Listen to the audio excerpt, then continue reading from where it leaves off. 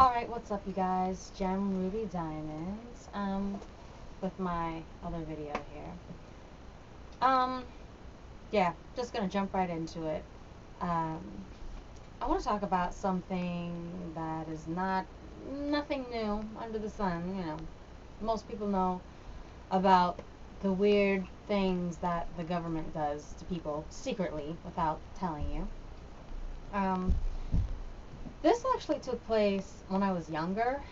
I think I was like 12 or 13 years old. I remember because I grew up on Travis Air Force Base. Um, I grew up on Travis Air Force Base and off in Fairfield. There's a city that's connected, pretty much connected to Travis Air Force Base, which is in Northern California. And the city is called Fairfield. So I grew up there. My dad was in the Air Force.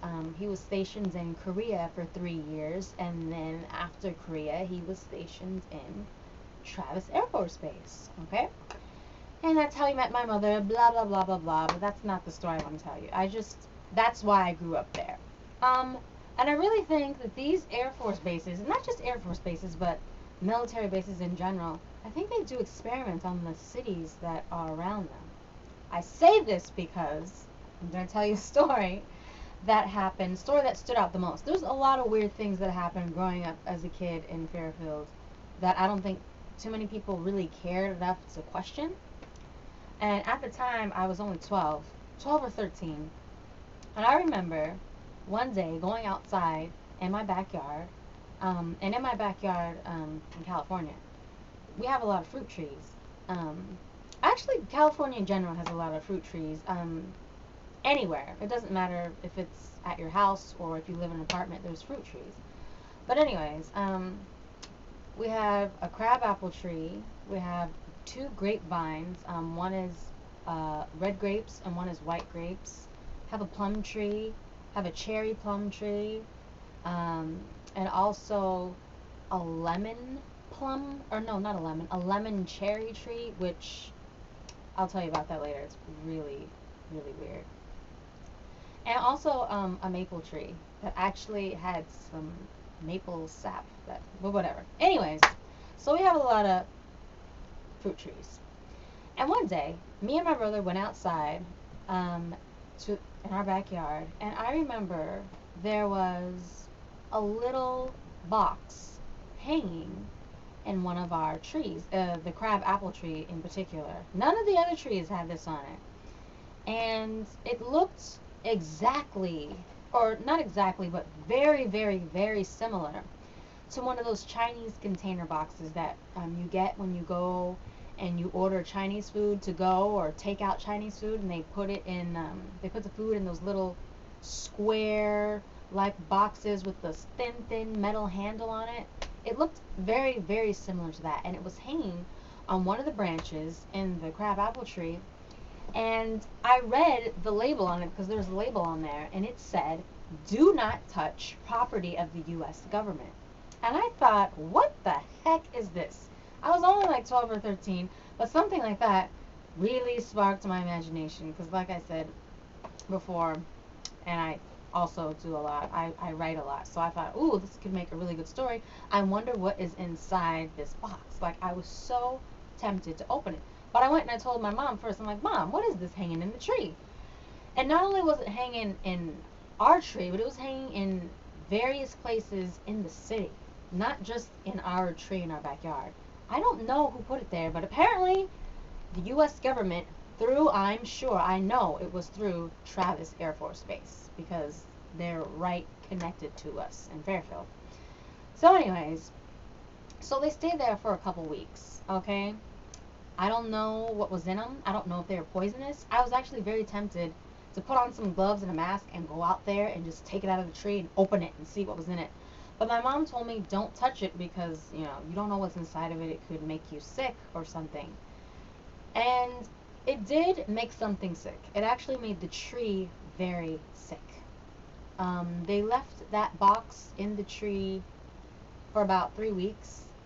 And after those 3 weeks were over, the bark started peeling off the apple tree, And also, underneath the bark, there was like some yellowish white, um, I don't want to say pus, but like a fungus or something like this. Like, it was disgusting.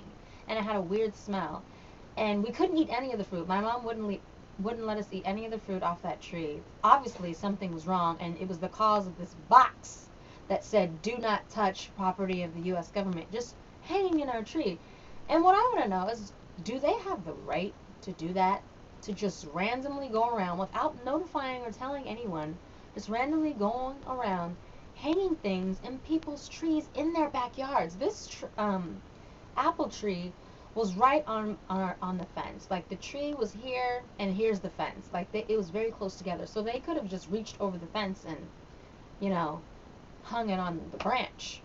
But even so, why didn't they tell anyone they were going to do this? And what the hell was in the box that would make the tree die so quickly, so grotesquely? I remember I never saw anyone actually put any boxes on any trees or plants. I never saw that. But like I said, it wasn't just in our backyard. They were in different trees and bushes throughout the city where I lived. So I never saw anyone put it up, but I did see some people taking them down. And they were not just regular people, they were from Travis Air Force Base because they were in uniform. So that's how I know they were from Travis Air Force Base. They were in uniform, they were wearing blue gloves, and they had little black bags, and they were going around the neighborhood because I remember someone came and took it out of the tree and put it in the black bag. It was like a black garbage bag, like a black plastic garbage bag. And they were just going around the neighborhood taking them out of people's trees in their yards. I didn't ask any questions. I was just like 12, 13. I'm not going to ask questions, but it still piqued my interest. And I thought to myself, I don't know what's going on. I'm just a kid, but I'm never going to forget this. I'm always going to remember this. So maybe one day I can use it as future reference to something else. And after that, I think it was a week later. No, it probably wasn't a week. Maybe two weeks later. It was a while later. Maybe even a month later. It wasn't a long time after that. I went to school and I got a note. Actually, all the kids, not just me, but they passed out these letters. The school district passed out letters to the students to take home to their parents, informing the parents that um, the Air Force Base was going to be spraying something in the air for the plants. This is what they claimed. I wish I had kept that paper that I got from school so I could show it, but it was a long time ago, like I was 12. But anyways, it was a letter from the school board, the school district, to the parents, notifying the parents that they were going to be spraying not the school district, but the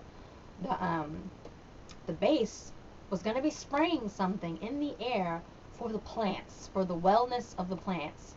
But some of the things that they were going to be spraying can cause problems for kids who have breathing problems or have asthma. So they informed the parents that you need to keep your kid at home from school on these particular days while we're spraying if your kid has asthma or a breathing problem. Now, if I were a parent, I would question that. I don't think my mom or dad ever questioned that, and I made sure to give that note to my mom because my older brother has asthma, so I gave the note to my mom. Now, wouldn't that make a person think, number one, my number one question would be, why are they only spraying it at schools? Because they claim that they were spraying something over the schools for the plants and the bushes and the grass and stuff on the schools throughout the whole city, throughout the whole district, actually, not just the city.